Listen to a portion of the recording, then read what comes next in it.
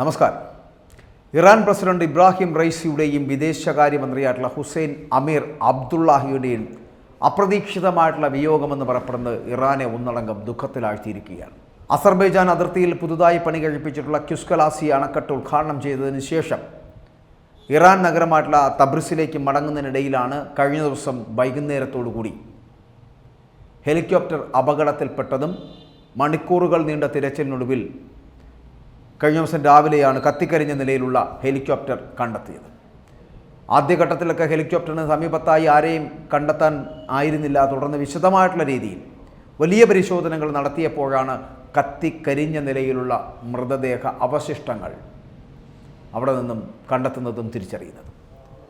പ്രവിശ്യ governor Malik റഹ്മാദി, Iran പരമോന്നത നേതാവിൻ്റെ പ്രതിനിധി ആയത്തുള്ള മുഹമ്മദ് അലി അലൈഹിഷം ഇവരൊക്കെ അപകടത്തിൽ കൊല്ലപ്പെട്ടിട്ടുണ്ട്. ഇറാൻ്റെ ഏറ്റവും കരുത്തുറ്റ നേതാവായിട്ടുള്ള ഇബ്രാഹിം റൈസി രാജ്യത്തിൻ്റെ പരമോന്നത മേധാവിയായിട്ടുള്ള ആയത്തുള്ള ഖമേനിയുടെ ഏറ്റവും അടുത്ത വ്യക്തി കൂടിയാണ് എന്നുള്ളതാണ്. ആയത്തുള്ള ഖമേനിയുടെ പിൻഗാമിയായി വരെ അദ്ദേഹത്തെ കരുതപ്പെട്ടിരുന്നു.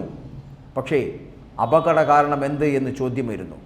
മൂടൽമഞ്ഞും മഴയും മൂലം മോശം കാലാവസ്ഥയിൽ ഹെലികോപ്റ്റർ ഇറാനിലെ ഈസ്റ്റ് അസർബൈജാൻ പ്രവിശ്യയിൽ ജോൾഫക്ക് അടുത്തുള്ള വനമേഖലയിൽ ഇടിച്ചിറക്കേണ്ടി വന്നിരിക്കുന്നു.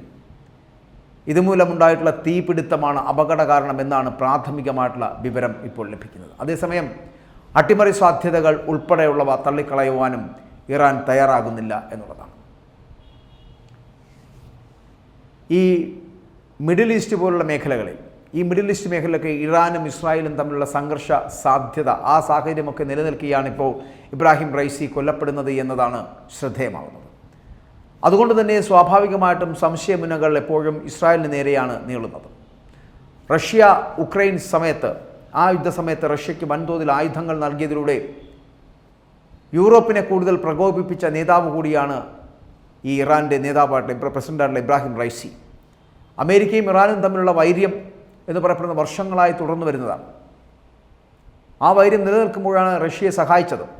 ഹെലികോപ്റ്റർ അപകടത്തിന് പിന്നിൽ ഇസ്രായേൽ ആണെന്ന രീതിയിലുള്ള സിദ്ധാന്തങ്ങൾ ഇതിനോടകം തന്നെ രൂപപ്പെട്ട് കഴിഞ്ഞിട്ടുണ്ട് എന്നുള്ളതാണ്.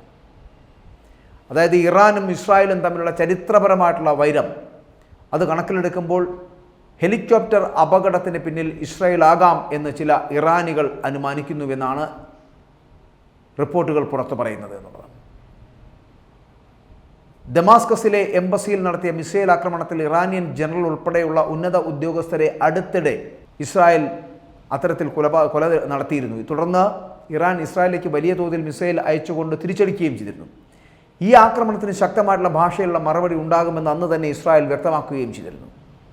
ഈ വാക്കുകളെ ഇപ്പോഴത്തെ ഈ അപകടവുമായി കൂട്ടി വായിക്കുകയാണ് ഗൂഢാലോചന സിദ്ധാന്തക്കാർ ഇപ്പോൾ ചെയ്യുന്നത് എന്ന് പറയേണ്ടി വരും. ഇസ്രായേലിൻ്റെ രഹസ്യാന്വേഷണ ഏജൻസിയായിട്ടുള്ള മൊസാദ് ഇറാൻ്റെ താല്പര്യങ്ങൾക്കെതിരായിട്ടുള്ള നീക്കങ്ങൾക്ക് പേരുകേട്ടവരാണ്.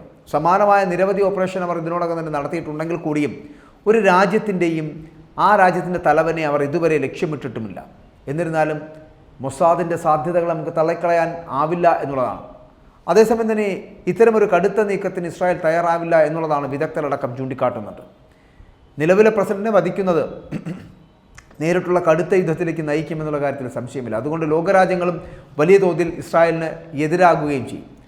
അതുകൊണ്ട് തന്നെ ഇത്തരമൊരു നീക്കത്തിന് ഇസ്രായേൽ മുതിരില്ല എന്നുള്ളതാണ് വിദഗ്ധരുടെ വാദമെന്ന് പറയപ്പെടുന്നത്. ഉന്നത രാഷ്ട്രീയ കൊലപാതകങ്ങളെക്കാൾ പരമ്പരാഗതമായി സൈനിക ആണവ ലക്ഷ്യങ്ങളിലാണ് ഇസ്രായേലിൻ്റെ തന്ത്രപരമായിട്ടുള്ള ശ്രദ്ധ എന്ന് പറയപ്പെടുന്നത്. ഇസ്രായേലിൻ്റെ പങ്കാളിത്തം സംശയിക്കുന്നതിന് ശക്തമായിട്ടുള്ള കാരണങ്ങളുണ്ട്. എന്നിരുന്നാലും ഒരു രാഷ്ട്രത്തലവനെ വധിക്കുന്നതിലേക്ക് അതൊരിക്കലും പോയിട്ടില്ല എന്നുള്ളതാണ്. ഇത്തരമൊരു നടപടിയിലേക്ക് പോയാൽ അത് ഇറാൻ്റെ ഭാഗത്തു നിന്നുള്ള കടുത്ത പ്രതികരണത്തിന് കാരണമായേക്കും എന്നാണ് പറയപ്പെടുന്നത്. എന്തായാലും മൊസാദാണോ അതോ മറ്റേതെങ്കിലും നിഗൂഢമായിട്ടുള്ള പ്രവർത്തനങ്ങളാണോ, ഏതെങ്കിലും തരത്തിലുള്ള ഗൂഢാലോചനകളാണോ ഇബ്രാഹിം റൈസിയുടെയും അതായത് ഇറാൻ പ്രസിഡന്റിൻ്റെ അപകട മരണത്തിന് കാരണം?